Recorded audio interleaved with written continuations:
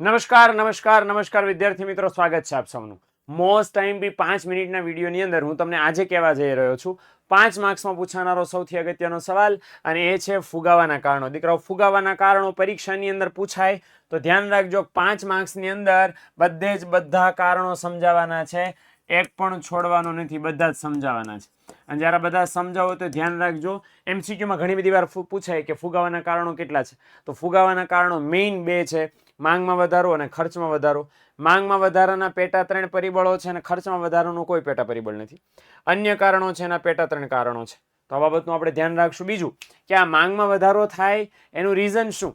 એના રીઝન 3 આપણને આપવામાં આવે છે. પહેલા સમજી લો કે માંગ વધી, એના કારણે જો પુરવઠો ન વધ્યો કે ઓછો વધ્યો તો એના કારણે કિંમત વધી જાય. તો કોઈ પણ એવું રીઝન કે જેના કારણે વસ્તુ સેવાની માંગ વધી જાય, પણ જેટલી ઝડપથી માંગ વધે છે એટલી ઝડપથી વસ્તુ સેવાનો પુરવઠો માર્કેટમાં નથી વધતો. મતલબ સિમ્પલ ભાષામાં વસ્તુ બજારમાં ઓછી હોય, માંગ એની સામે બહુ ઝાઝી હોય.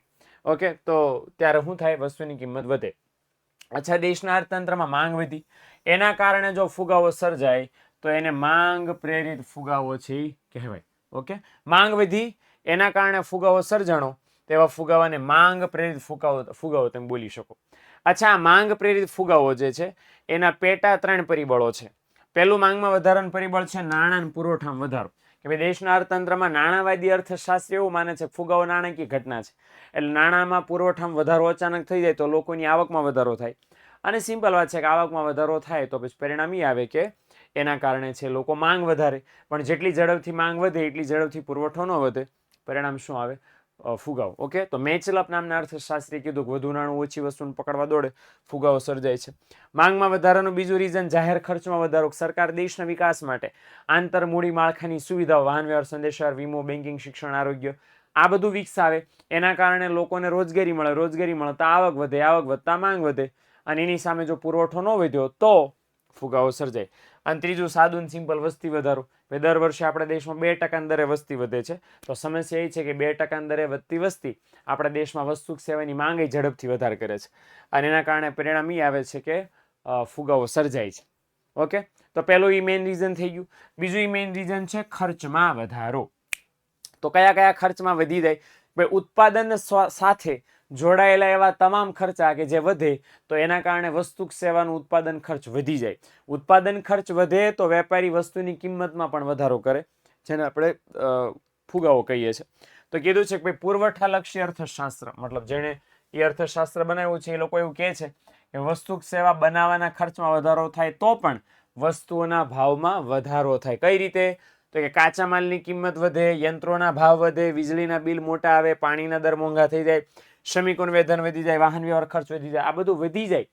ઓકે, તો ફુગાવો સર્જાય છે. એક માર્કની અંદર આ પૂછી શકાય, ખર્ચ વધ્યો એના કારણે ફુગાવો સર્જાય, એને ખર્ચ પ્રેરિત ફુગાવો તમે બોલી શકો છો. Okay, last but not least, ફુગાવો સર્જાવાના અન્ય કારણો. આ બધા બહુ વારંવાર અસર કરતા નથી, પણ ક્યારેક ક્યારેક હળી કરી શકે. દાખલા તરીકે કરવેરા નીતિ. સરકાર જો દેશમાં ઊંચા દરે કરવેરો ઉઘરાવે તો પરિણામ એ આવે કે ઊંચા કરવેરાને કારણે વસ્તુ મોંઘી બને, જે ફુગાવો સર્જે. એવી તમામ વસ્તુઓ જેની વિદેશમાંથી આયાત કરીએ છીએ, એમાંનું એક છે પેટ્રોલિયમ. 70% પેટ્રોલિયમની આપણે વિદેશમાંથી આયાત કરીએ છીએ. એ પેટ્રોલિયમની કિંમત વિદેશમાં વધી જાય તો એની અસર સીધી ભારતમાં પણ થાય, અને એના કારણે પરિણામ એ આવે કે ભારતમાં પેટ્રોલ અને પેટ્રોલિયમ અને એની સાથે જોડાયેલી તમામ વસ્તુઓ મોંઘી બને.